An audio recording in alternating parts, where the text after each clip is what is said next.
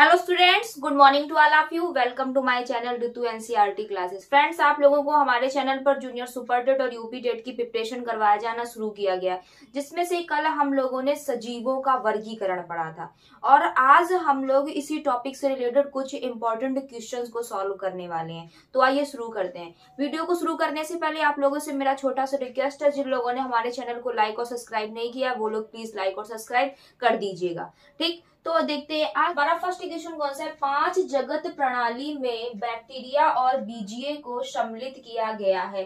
First number है पादप में, प्रोटिस्टा में, कवक में, मोनेरा में। किस में रखा गया है? 5 जगत प्रणाली सबसे पहले दी किसने दी? वो दी थी आर.एच. व्हिटकर ने। कब दी थी? 1969 में। कब दी थी? 1969 में। इसमें बैक्टीरिया और बीजीय को कहां पर रखा गया है? तो बैक्टीरिया और बीजीय को रखा गया है इसमें मोनेरा में। किसमें रखा गया है? मोनेरा में। इसके बाद में जो 5 जगत प्रणाली थी उसमें 5 जगत कौन कौन से थे? पहला था मोनेरा, प्रोटिस्टा, फंजाई, प्लांटी और एनिमेलिया। ठीक, तो ये हमारे 5 क्या हो गए? 5 जगत हो गए।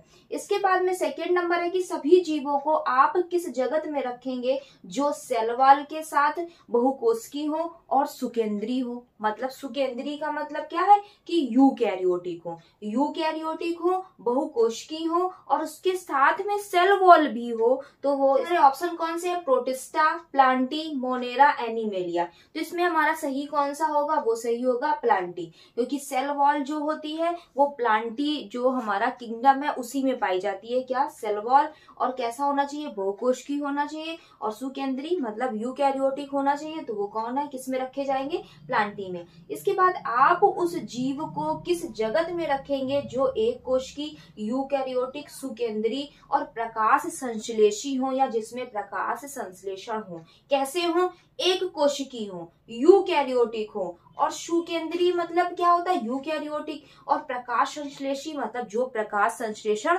करते हो। तो यहाँ पर हमारा कौन सा सही होगा? कवक होगा कि मोनेरा होगा कि प्रोटिस्टा होगा कि प्लांटी होगा? कौन सा सही होगा? तो यहाँ पर हमारा सही हो जाएगा प्रोटिस्टा। आपको क्या एक ट्रिक बताई थी कि एक यूथ कभी प्रोटेस्ट नहीं कर सकता। मतलब एक यूथ क्या है कि प्रोटेस्ट नहीं कर सकता। तो एक से क्या हो जाएगा? एक कोशिकीय, यूथ से हो जाएगा यूकैरियोटिक, प्रोटिस्टा से क्या हो जाएगा? प्रोटेस्ट नहीं कर सकता। ठीक, तो कौन से आ जाएंगे हमारे? इसी में आ जाएगा प्रोटिस्टा में।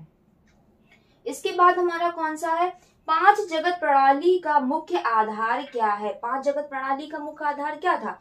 वो पोषण है कि उत्सर्जन है कि श्वसन है कि संचलन है? यहाँ पर हमारा सही ऑप्शन जो होगा 5 जगत प्रणाली का मुख्य आधार क्या था? न्यूट्रिशन था। क्यों? क्योंकि जब आर.एच. व्हिटकर ने कोपलैंड की जो 4 जगत प्रणाली थी उसमें उसका जब अध्ययन किया तो उन्होंने पाया कि प्लांटी में जो हमारे कौन थे? पादप थे और जो हमारे फंजाई थे वो क्या एक ही जगह पर रखे थे, पर उनको एक जगह पर नहीं रहना था। क्यों? क्योंकि जो पादप थे वो खुद से भोजन बनाते थे और जो हमारे फंजाई होते थे वो किसी सड़े गले पदार्थों से क्या करते थे? अपना भोजन प्राप्त करते थे। ठीक, तो इसी वजह से उन्होंने क्या किया था? आर.एच. व्हिटेकर ने उसको न्यूट्रिशन के आधार पर बांटकर जो फंजाई था उसका एक खुद मतलब जो फंजाई था उसका खुद एक ग्रुप बना दिया। ठीक है, किसने? आर.एच. व्हिटेकर ने। ठीक, इसके बाद में हमारा कौन सा है? अंडे देने वाले प्राणी कहलाते हैं। अंडे देने वाले जो प्राणी होते हैं वो क्या कहलाते हैं? राइजोम प्राणी कहलाते हैं, जरायुज प्राणी कहलाते हैं, अंडस कहलाते हैं, पुनर्जनन करने वाले प्राणी कहलाते हैं। तो अंडे देने वाले जो हमारे प्राणी होते हैं वो क्या कहलाते हैं? वो कहलाते हैं अंडज। अंडज मतलब क्या होता है? ओवीपेरस, जो कि क्या करते हैं? अंडे देते हैं। ठीक, इसके बाद हमारा नेक्स्ट है कि व्हिटेकर के अनुसार समूह में शामिल जीवों में पूर्णतया विकसित नाभिक नहीं पाया जाता। यूकैरियोटिक नहीं, उसमें सुविकसित क्या केंद्रक नहीं है। तो वो ग्रुप कौन सा है? तो वो ग्रुप हमारा होगा मोनेरा, क्योंकि मोनेरा ही जो है वही केवल प्रोकैरियोटिक है, उसमें ही केवल क्या है कि सुविकसित केंद्रक नहीं है। बाकी सब यूकैरियोटिक है और सब में सुविकसित केंद्रक है। ठीक है, पर मोनेरा ग्रुप में जो रखे गए हैं कौन? बैक्टीरिया हो गया, बीजीय हो गया, माइकोप्लाज्मा हो गए, ये सारे के सारे हमारे किस में रखे गए हैं? मोनेरा ग्रुप में रखे गए हैं। जिसमें क्या होता है? वो ये सारे प्रोकैरियोटिक होते हैं। तो इसी वजह से इसमें क्या होता है कि न्यूक्लियस नहीं पाया जाता, वो भी कैसा? सुविकसित न्यूक्लियस। ठीक, इसके बाद में क्या है? कि बिना सेल वॉल वाले बहुकोशिकीय प्राणियों को किस जगत के अंतर्गत रखा गया है। मतलब जिसमें क्या है, सेल वॉल भी ना हो पर वो बहुकोशिकीय हो, तो वो कौन से हो सकते हैं, वो हो जाएंगे हमारे एनिमलिया, क्योंकि एनिमल जो होते हैं वो बहुकोशिकीय होते हैं और उनमें सेल वॉल नहीं पाई जाती है। ठीक, इसके बाद में क्या है कि बिल्कुल सिंपल से क्वेश्चन है, आप लोग इनका आराम से इनका आंसर दे सकते हैं। प्रोटिस्टा जगत से संबंध रखने वाले समस्त जीवधारी होते हैं एक कोश की यूकैरियोटिक, एक कोश की प्रोकैरियोटिक, बहुकोश की प्रोकैरियोटिक, बहुकोश की यूकैरियोटिक। तो इसमें हमारा सही ऑप्शन कौन सा होगा, हमारा सही ऑप्शन हो जाएगा एक कोश की प्रोकैरियोटिक, क्योंकि प्रोटिस्टा की ट्रिक ही क्या है कि एक यूथ प्रोटेस्ट नहीं कर सकता, एक यूथ प्रोटेस्ट नहीं कर सकता, एक से एक कोश की, यूथ से यूकैरियोटिक, प्रोटिस्टा से प्रोटेस्ट। ठीक, इसके बाद हमारा नेक्स्ट क्या है, एक कोशिकीय प्राणियों को वर्गीकृत किया गया। एक कोशिकीय प्राणी जो है उनको किसमें वर्गीकृत किया गया, आर्थ्रोपोडा के रूप में, स्तनियों के रूप में, प्रोटोजुआ के रूप में और मोलस्का के रूप में। तो हमारे एक कोशिकीय प्राणी किसमें आते हैं, प्रोटोजुआ में आते हैं। कौन सा, अमीबा हो गया, यूग्लिना हो गया, पैरामीशियम हो गया। ठीक है, तो ये सारे किसमें आते हैं कि प्रोटोजुआ में आते हैं। सारे कैसे होते हैं, एक कोशिकीय होते हैं। इसके बाद किस वैज्ञानिक ने जंतुओं की पहचान के लिए तालिका या कुंजी विकसित की थी, गोथे ने, क्यूवियर ने, जॉन रे ने, थियोफिस्टस ने, किसने विकसित की थी, तो वो हमारे वैज्ञानिक कौन थे, जॉन रे। अब हम लोग देख लेते हैं कि ये तालिका या कुंजी होता क्या है।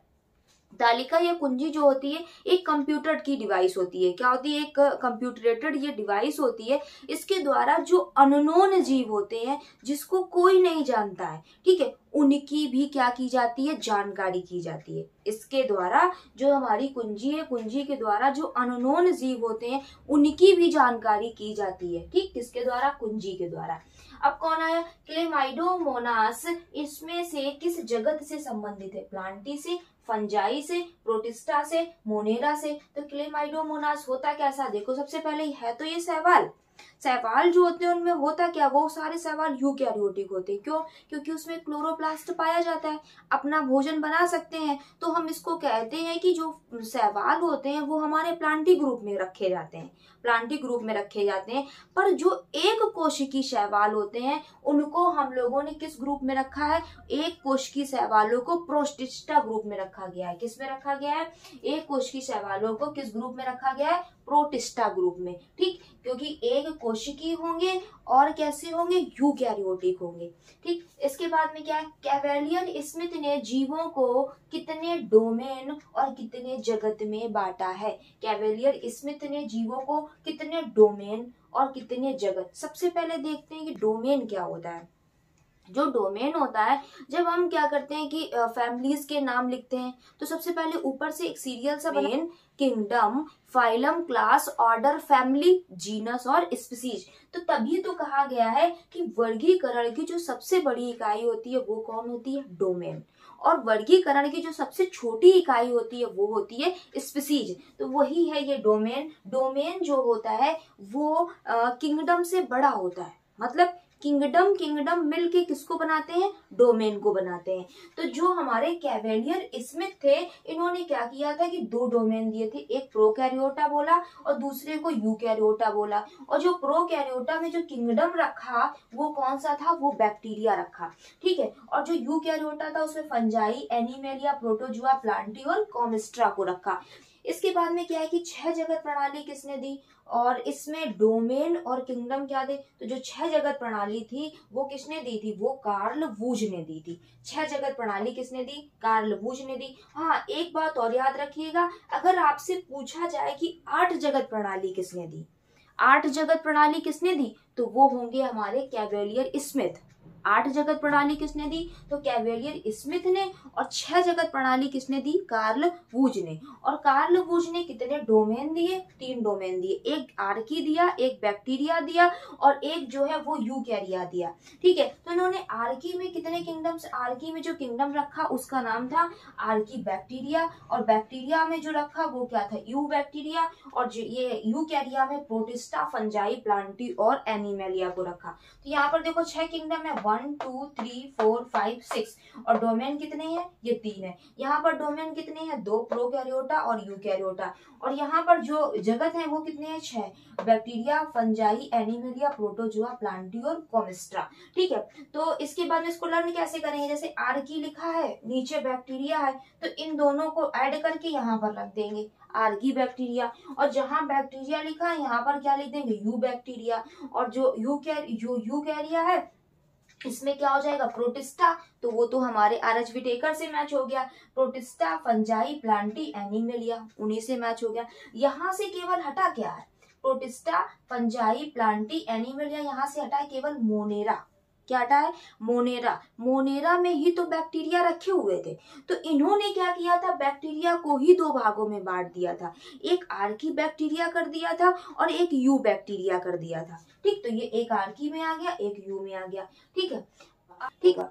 आई होप आप लोगों को मेरी पूरी बात अच्छी तरीके से समझ में आई होगी और आप लोगों को वीडियो भी अच्छा लगा होगा। और वीडियो अच्छा लगा हो तो मेरे चैनल को लाइक और सब्सक्राइब करिएगा। और अगर इन क्वेश्चन में किसी भी क्वेश्चंस में आप लोगों को कोई डाउट लगता है तो आप लोग कमेंट जरूर करिएगा। Thank you.